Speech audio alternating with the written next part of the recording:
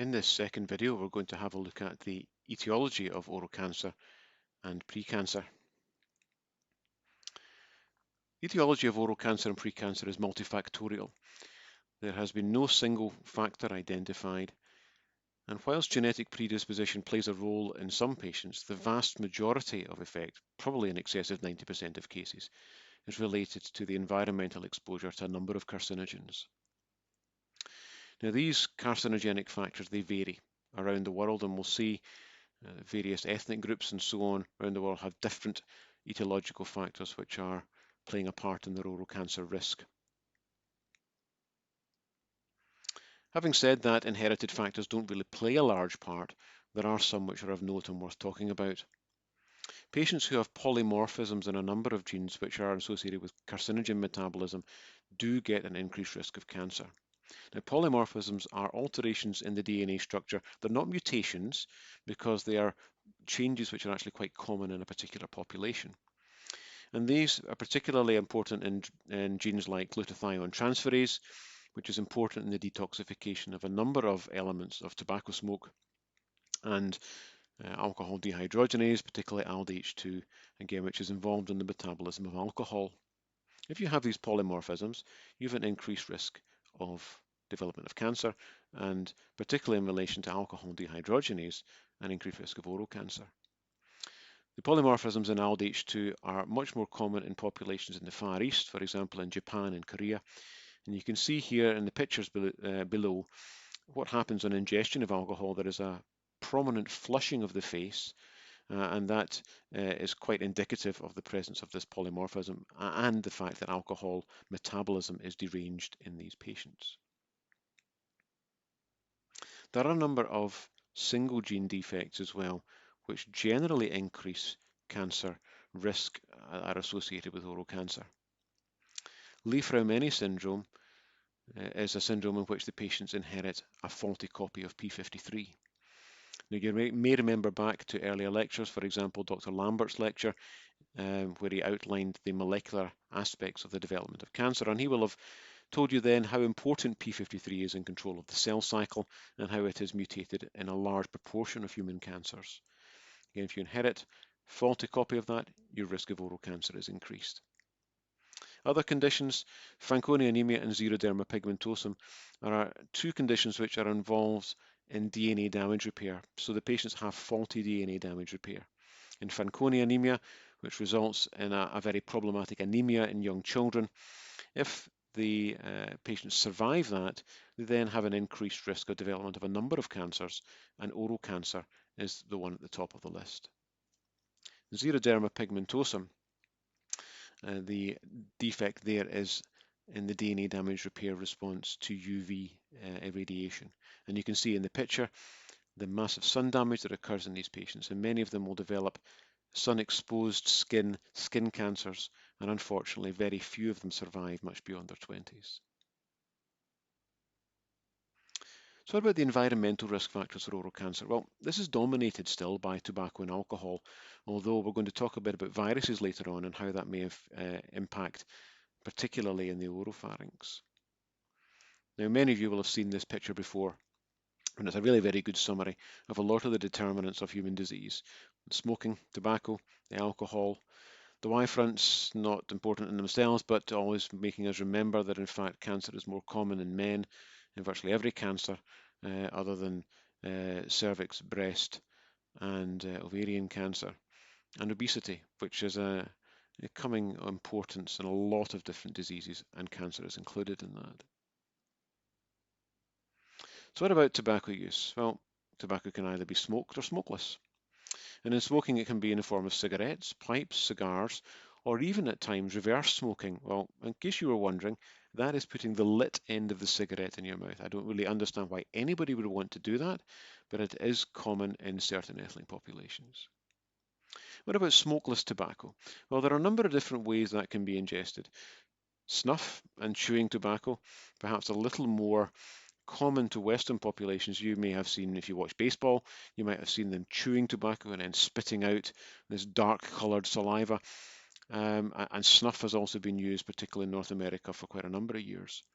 But perhaps the most common way of imbibing smokeless tobacco is through what we call pan or betel quid. And I'm going to come back and talk a good lot about that in detail. Tobacco smoking has a very clear relationship with oral cancer development. It's highest in heavy users, that's more than 20 a day, and particularly for long periods of time. We assess the amount of tobacco exposure really in terms of pack years. And if you add alcohol into the mix, you get a multiplicative effect. Smokeless tobacco, though, is a bit more wide-ranging. There's quite a variety in different ways in which you can imbibe this. Again, the data is pretty clear. Epidemiological studies, observation of lesions, we know that this is associated with the risk of oral cancer, and you would not be surprised to know that it's highest in heavy users. And if you add alcohol in, you get a multiplicative effect. But you can see here in the picture the different ways in which you can get it, whether it's loose form or a plug, these lumps of chewing tobacco that the baseball players would chew. And at the bottom of the picture here is this product known as snus, and that is the Scandinavian variant of smokeless tobacco. These are little tobacco tea bags, which are often held under the upper lip. And the tobacco companies, they would tell you that this tobacco is so pure. We've taken all the nasties out of it. You really don't need to worry about this. You can use this and not going to have any risk of cancer. But it's not true. And I don't think I would really be wanting to listen to what anything a tobacco company had to tell me about risk of cancer from any of their products. The other main substance that we want to talk about, and particularly in terms of the smokeless lesions, is this whole idea of pan or areca, betel nut, buai, in which it's referred to in some contexts. So what is this?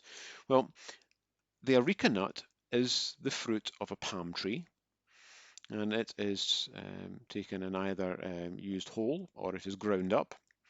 Ground up variant tends to be wrapped in the leaves of the Piper beetle vine, and often mixed with that is slaked lime and tobacco and various spices and condiments and so on, so you can get it made up to exactly what you'd like. It's very, very commonly used, particularly across India, Sri Lanka, Pakistan, Bangladesh, that whole area of the country. But there are other ways of using betel or areca nut as well, and it's particularly common in Papua New Guinea. And in there, they'll take the whole fruit and they will chew it and add various other things to what they chew.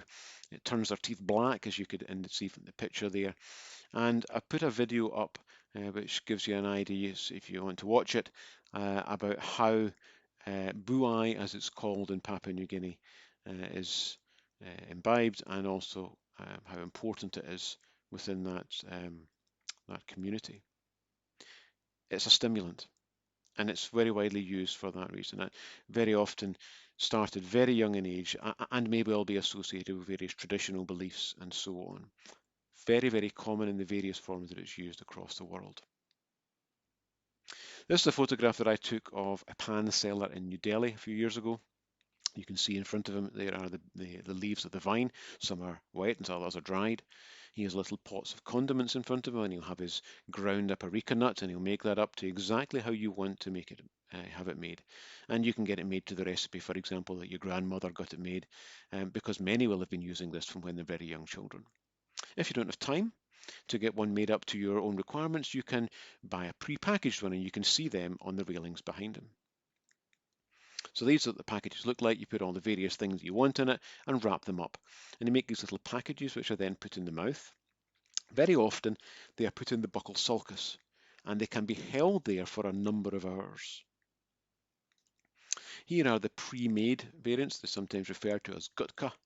And although technically illegal in this country, I don't think it's very difficult to get them if you know where to ask. And this is what happens when usage of pan. You can see there is a large mixed white and red patch looking really quite angry across the whole of the buccal mucosa.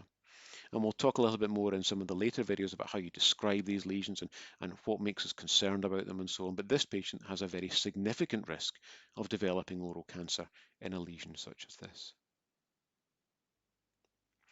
What about alcohol? Well, alcohol is an independent risk factor for the development of oral cancer. We know that ethanol of its own is not carcinogenic, but some of the metabolites are.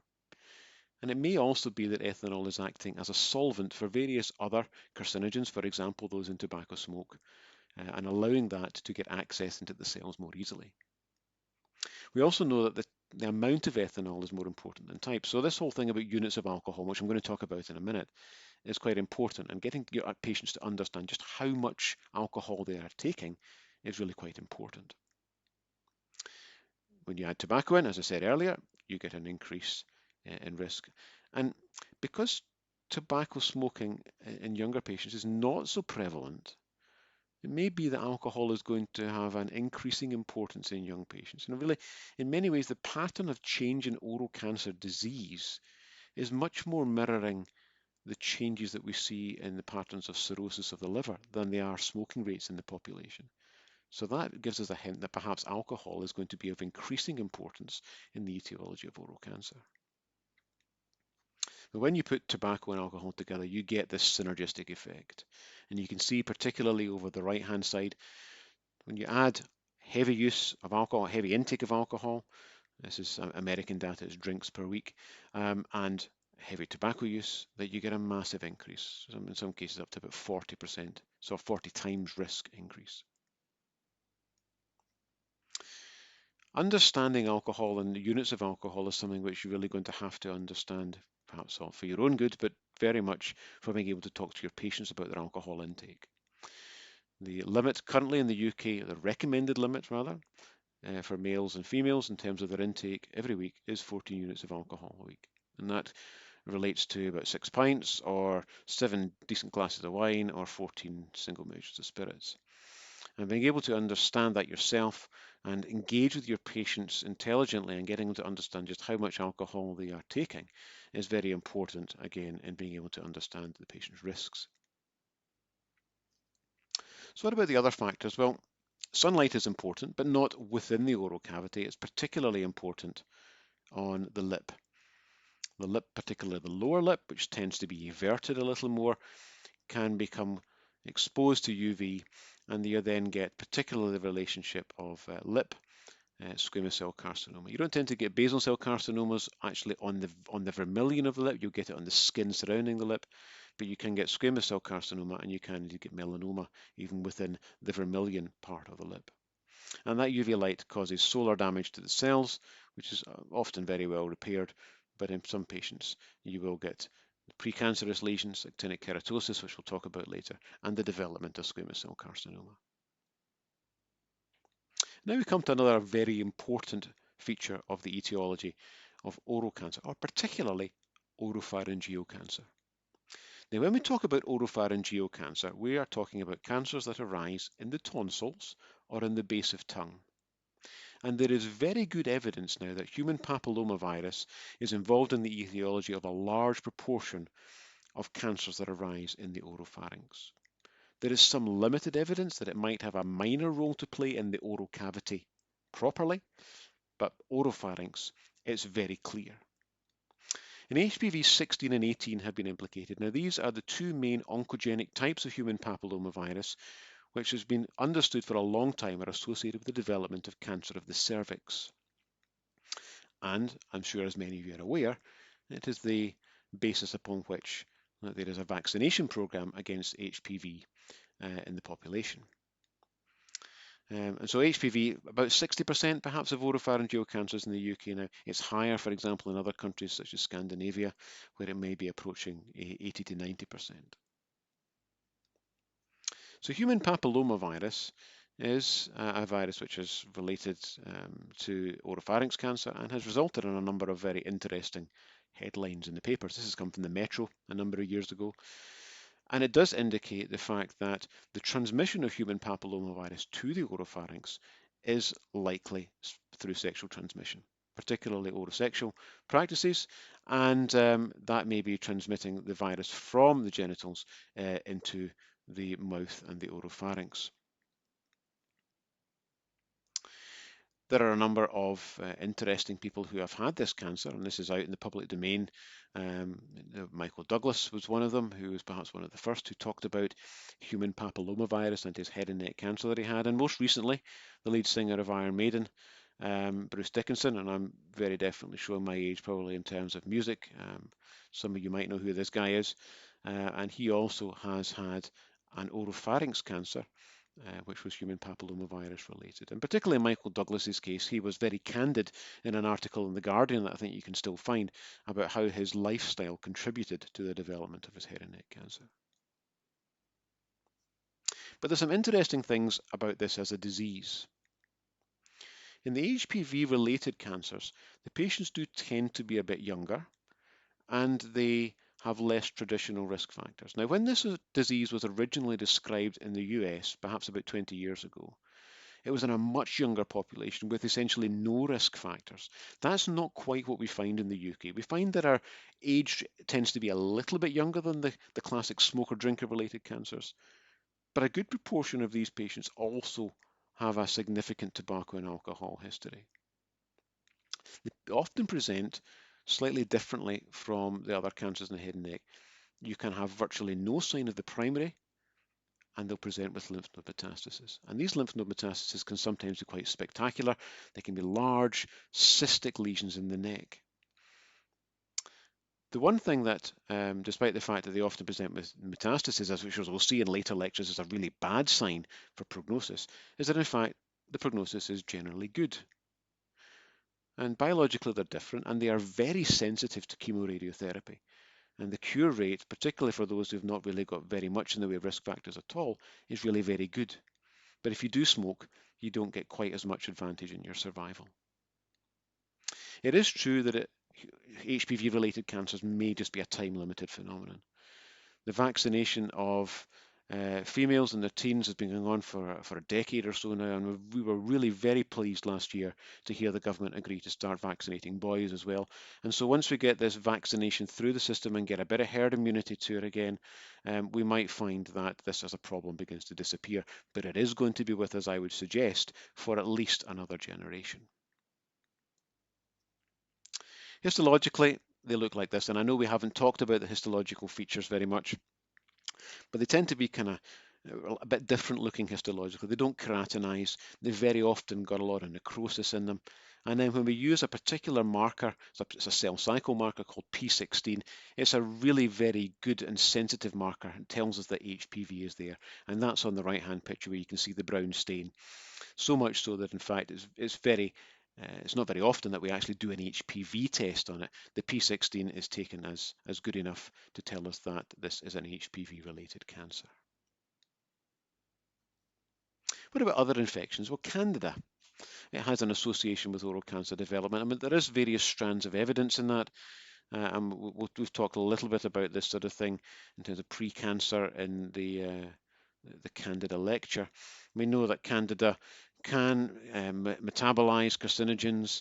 They're often there when we have a look at biopsies of premalignant lesions. We know there's a precancer risk from chronic hyperplastic candidosis. And so Candida may well be associated, but it's probably not something which is going to provoke oral cancer on its own. Along with smoking and the other risk factors, it could very well be important. And so this brings us, putting these risk factors all together into almost how does this fit into the progression of the disease? And we're going to talk next about the natural history of the clinical disease. But what about how the etiology fits into the, if you like, the molecular disease? And we know that cells, they're on a journey from normal to precursors, and there are a lot of genetic events, various damages from the things that we've been talking about, the carcinogens in tobacco, what alcohol might do, and so on, what various oncogenes within the human papillomavirus genome do. And the cells get a long way along that line before you get to a clinically evident precursor lesion. And perhaps then the steps that they take from that to cancer are fewer, or perhaps that maybe takes less time. So we have an initiation phase where you get the initial changes, and once you get a susceptible background from these initiation changes, you get induction of the lesions and progression to cancer. And in the background of that are all these inherited, and particularly the environmental effects that I've talked about in this video. I just want to very briefly mention oral cancer genetics. It's not a big part. We don't want to spend a lot of time on it. And a lot of these elements, again, that Dr. Lambert talked about in the second year lecture are going to come into play here. Various oncogenes are activated, so they switch on various elements of the cells, pushing them to divide, pushing them to invade and move when perhaps they shouldn't. It's a bit less oncogene driven than many cancers, but they're still important. Tumor suppressor genes and the inactivation of tumor suppressor genes seems to be very important in oral cancer. The vast majority of them have their p53 pathway inactivated in some way, and there are many other genes which are also switched off that are removing the brakes on these cells, which are allowing then oral precancer to develop and then cancer. And the viruses themselves, they come with their own DNA, so they're bringing other factors to play within these cells, which make them grow and divide more quickly. And so we're beginning to put together, if you like, a kind of molecular map. We're beginning to separate the oral cancers into various subtypes related to the molecular features. We know that, for example, say for the left here, the human papilloma cancers are molecularly very different from the smoker-drinker ones. There are some which seem to develop towards, if you look along the top right here, in older patients, perhaps not with any risk factors, they are going to be a bit molecularly different. And in the smoker-drinker ones, we know that there are different subtypes of that even that molecular are beginning to appear. And we're hopefully, in time, going to be able to use that information to focus down and bring the particular right treatment to these individual patients because of the molecular features. The treatment is not specific at the moment, which you'll see when you come perhaps to the later discussion of treatment in another symposium. But we're moving in the direction of being able to understand more fully the molecular background and how that may be used to define treatment.